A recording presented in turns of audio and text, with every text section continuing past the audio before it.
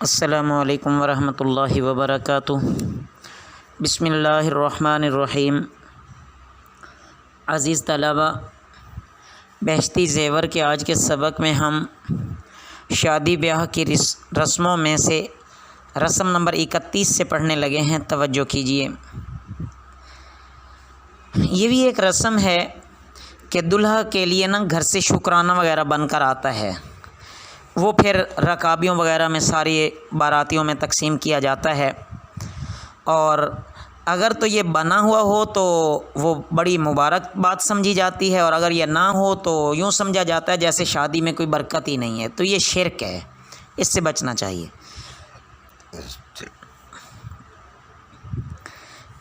جب یہ ہو جاتا ہے تو اس کے بعد سب باراتی کھانا کھا لیتے ہیں اور وہ چلے جاتے ہیں۔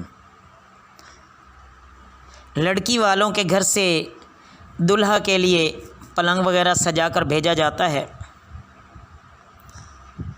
تو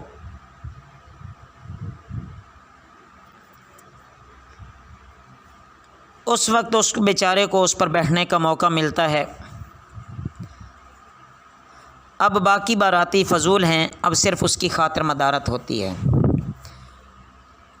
نمبر 33، جو پلنگ لانے والا نائی ہوتا ہے اس کو وہی 100 روپیہ وغیرہ جو اس دور میں ہوتا تھا وہ اس کو دیا جاتا ہے، اور وجہ یہی ہے کہ وہ پلنگ لایا ہے۔ نمبر 34،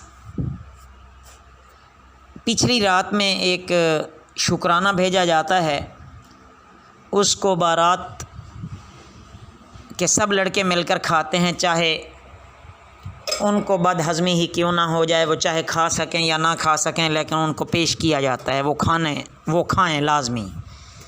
یہ عجیب رسم ہے۔ اس کے بعد یہ جو آدھی رات کو نائی خوان لے کر آتا ہے جس میں کچھ چیز کھانے وغیرہ کی ہوتی ہے، یہاں پھر اس کو شکرانہ دیا جاتا ہے۔ اور نمبر 36، صبح کے وقت بارات کے جو بھنگی وغیرہ ہوتے ہیں وہ دلہن والوں کے گھر دف بجاتے ہیں یا ڈھول وغیرہ بجاتے ہیں،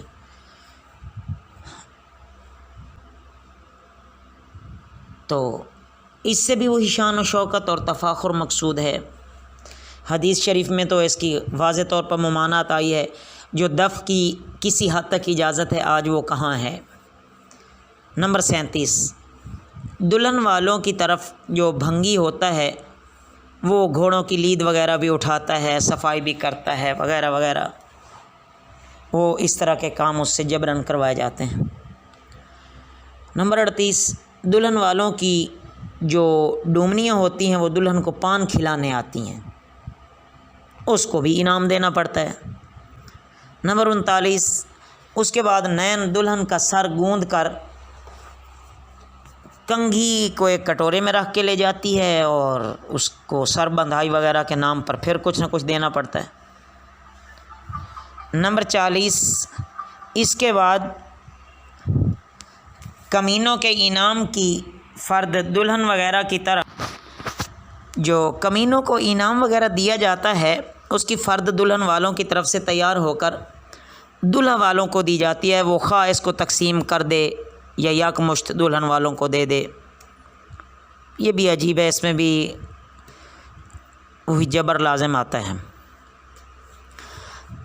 نمبر 41، دلہا گھر بلایا جاتا ہے تو اس وقت بڑی بے پردگی ہوتی ہے، بعض بے حیائی کی باتیں اس سے پوچھی جاتی ہیں، عجیب و غریب۔ اس وقت اگرچہ وہ لوگ اس میں خوشی سمجھ رہے ہوتے ہیں لیکن شریعت کے سب خلاف ہو رہا ہوتا ہے۔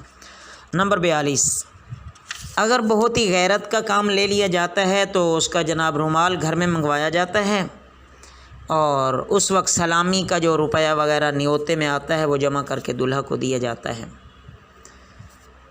نمبر 43،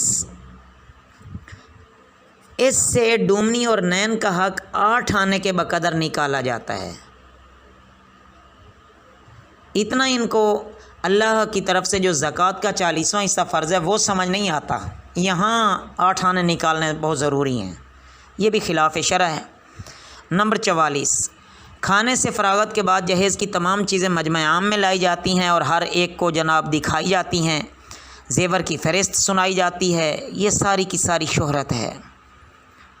نمبر 45، اسی طرح جہیز دکھانے والوں کو بھی 100 روپیہ دیا جاتا ہے، یہ بھی خلاف شرع ہے۔ اللہ رب العزت ہمیں ان رسموں سے بچنے کی توفیق نصیب فرمائیں۔ وما علینا الا البلاغ المبین۔